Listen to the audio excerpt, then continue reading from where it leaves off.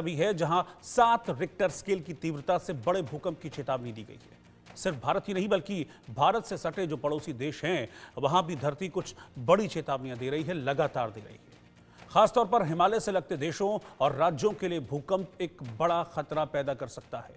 अगले कुछ मिनट हम इस पर चर्चा करेंगे और ये चेतावनियां कितनी खतरनाक साबित हो सकती हैं। हमारे साथ कुछ खास मेहमान एक्सपर्ट्स जुड़ेंगे, वो बताएंगे कि आखिरकार धरती का डोलना क्या कुछ संकेत दे रहा है। लेकिन पहले रिपोर्ट आप देखिए।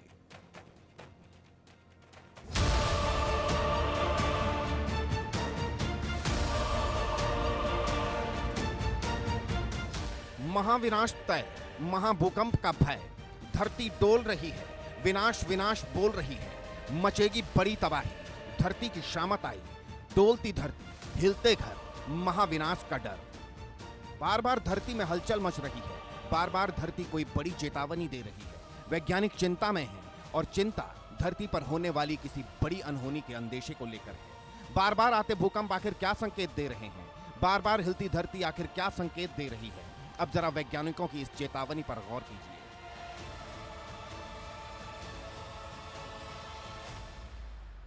वाडिया हिमालय भूविज्ञान संस्थान के वैज्ञानिकों ने एक बड़ी चेतावनी दी है।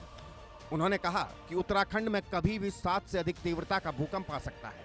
उत्तराखंड के 4 जिले बेहद संवेदनशील जोन 4 और 5 में हैं। लगातार आ रहे छोटे भूकंप इस बात का संकेत दे रहे हैं। छोटे भूकंपों से भूकंपीय क्षेत्र के सक्रिय होने का संकेत मिल रहा है। वैज्ञानिकों की चिंता आखिर क्यों बढ़ी है, आखिर बार बार आ रहे भूकंप की वजह क्या है, वैज्ञानिक क्या कह रहे हैं, जरा सुनिए। ये जो अर्थक्वेक हो रहे हैं बार बार चारों ओर हर ग्लोब में हो रहा है, केवल इंडिया में नहीं हो रहा है, यूरेशिया इंडियन प्लेट में नहीं हो रहा। तो ये अर्थक्वेक होने की प्रक्रिया है कि वहाँ के रॉक कितना जो है तनाव को बर्दाश्त कर सकता है। तो ये बार बार तनाव पैदा होना और फिर उस तनाव को रिलीज कर देना, माने रॉक को तोड़ देना, ये प्रोसेस में अर्थक्वेक हो रहा है। और जब अर्थक्वेक जब तनाव होता है, अर्थक्वेक जब रिलीज करता है एनर्जी, तो इसका मतलब है कि वो जगह रिलैक्स हो जाता है, स्ट्रेस से रिलैक्स हो जाता है। तो इसीलिए ये प्रोसेस है। और जहाँ जहाँ रॉक की सहन शक्ति उसके तनाव को की शक्ति से कम हो जाती है तो टूट जाता है। अब जरा आपको हाल की घटनाओं के बारे में बताते हैं। ये घटनाएं साबित कर रही हैं कि धरती में हलचल अब लगातार बढ़ती ही जा रही है। 24 फरवरी 2025 दिल्ली में 2.2 तीव्रता का भूकंप। 18 से 24 फरवरी के बीच दिल्ली में 3 बार भूकंप। 19 फरवरी से 28 फरवरी के बीच उत्तराखंड में धरती डोली। उत्तरकाशी में 10 दिनों के भीतर भूकंप के 7 झटके। 8 मार्च 2025 सिक्किम में 5.2 तीव्रता का भूकंप। 8 मार्च 2025 पाकिस्तान में 5.2 तीव्रता का भूकंप। पाकिस्तान में 28 फरवरी को भी 4.5 तीव्रता का भूकंप आया था। 9 मार्च 2025 जापान में 5 से अधिक तीव्रता के 2 भूकंप।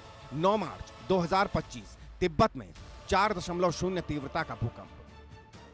वैज्ञानिक कहते हैं कि धरती पर भूकंप तो आ रहे हैं, लेकिन अब समुद्र की अथाह गहराइयों में भी हलचल बढ़ रही है। समंदर की गहराइयों में आने वाले भूकंप कभी भी बड़ी सुनामी और तबाही की वजह बन सकते हैं।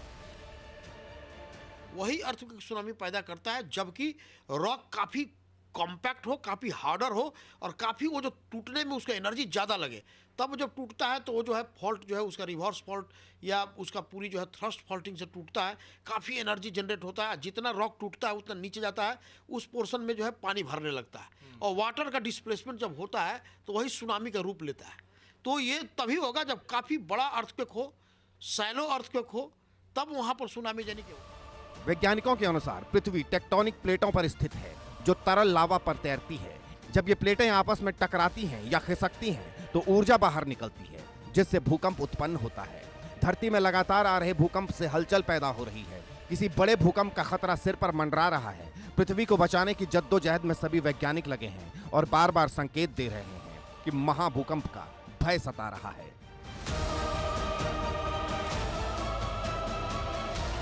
Bureau report, India news.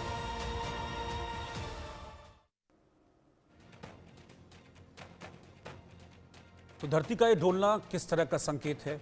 इस नए साल में क्यों लगातार इस तरह की घटनाएं हो रही हैं? क्योंकि नए साल के बाद से हमने देखा दर्जनों घटनाएं हो चुकी हैं। फिर चाहे मैं भारत से सटे जो देश हैं, पाकिस्तान है, तिब्बत है, उनकी बात करूं या फिर दिल्ली की बात करूं, सिक्किम की बात करूं, उत्तरकाशी की बात करूं, बांग्लादेश की बात करूं, राजस्थान की बात करूं, कई जगह धरती डोली है।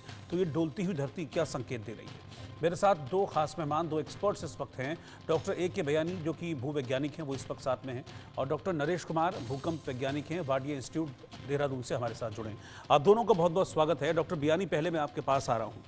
भूकंप को लेकर हमने पहले भी कई तरह की चर्चाएं की हैं और लगातार इस पर हमने बातचीत भी की है, लेकिन गुजरते वक्त के साथ इस तरह के झटके, धरती का डोलना, ये लगातार बढ़ता जा रहा है। और इस साल की अगर मैं बात करूं तो दर्जन भर से ज़्यादा केसेस हैं जो हमने हाल फिलहाल में नोटिस किए हैं। जी हाँ, आप सही कह रहे हैं। इस साल ऐसा देखा गया है कि भूकंप की घटनाएं अधिक हो रही है, पर ये जो भूकंप आ रहे हैं ये बहुत कम मैग्नीट्यूड के हैं। और एक्चुअली क्या होता है कि जो भूकंप है वो कोई स्टेटिस्टिकल रूल्स को फॉलो नहीं करते कि इस साल अधिक होंगे या इस साल कम होंगे, या एक एवरेज रहेगा जो हमेशा चलता रहना चाहिए। किसी वक्त किसी कारणों से ये अधिक हो जाते हैं, कभी कम हो जाते हैं। और जहाँ तक इसके पीछे का कारण है, इसके लिए जैसा कि अभी आपकी रिपोर्ट में बताया गया कि पृथ्वी के अंदर तनाव उत्पन्न हो, बल लग रहा है, बल लगने से तनाव उत्पन्न होता है और वो आखिर में निकलता है और उसी कारण भूकंप आते हैं। तो ये बात सच है। अब होता यह कि कहीं पे कई वर्षों से तनाव अगर इकट्ठा होता रहता है तो वहाँ पर भूकंप आने की संभावना अधिक हो जाती है।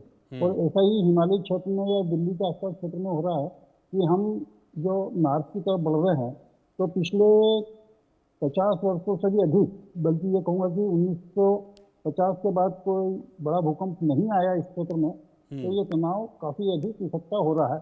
अब ये कैसे निकलेगा, कब निकलेगा, कितने मैग्नीट्यूड के साथ निकलेगा, इसके बारे में अभी निश्चित तो नहीं कह सकता। पर ये जो छोटे छोटे भूकंप हैं, ये इस बात के निश्चित रूप से संकेत हैं कि पृथ्वी के अंदर आंतरिक गतिविधियां चल रही है और वो गतिविधियां कभी भी बड़ा रूप ले सकती है।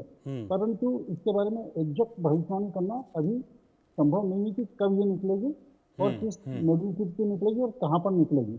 क्योंकि ये पूरा जो उत्तर भारत का क्षेत्र है, इसमें कई बहुत लंबे लंबे सैकड़ों किलोमीटर से लेकर हजारों किलोमीटर लंबे फॉल्ट भी है, और कौन सा फॉल्ट कब सक्रिय हो जाएगा इसके बारे में हम अभी कुछ नहीं कह सकते। हाँ, पर यह है कि जो एरिया जिनमें अभी पिछले 50 साल या 60 साल में भूकंप नहीं आया है, वहाँ पर संभावना अधिक बनती है।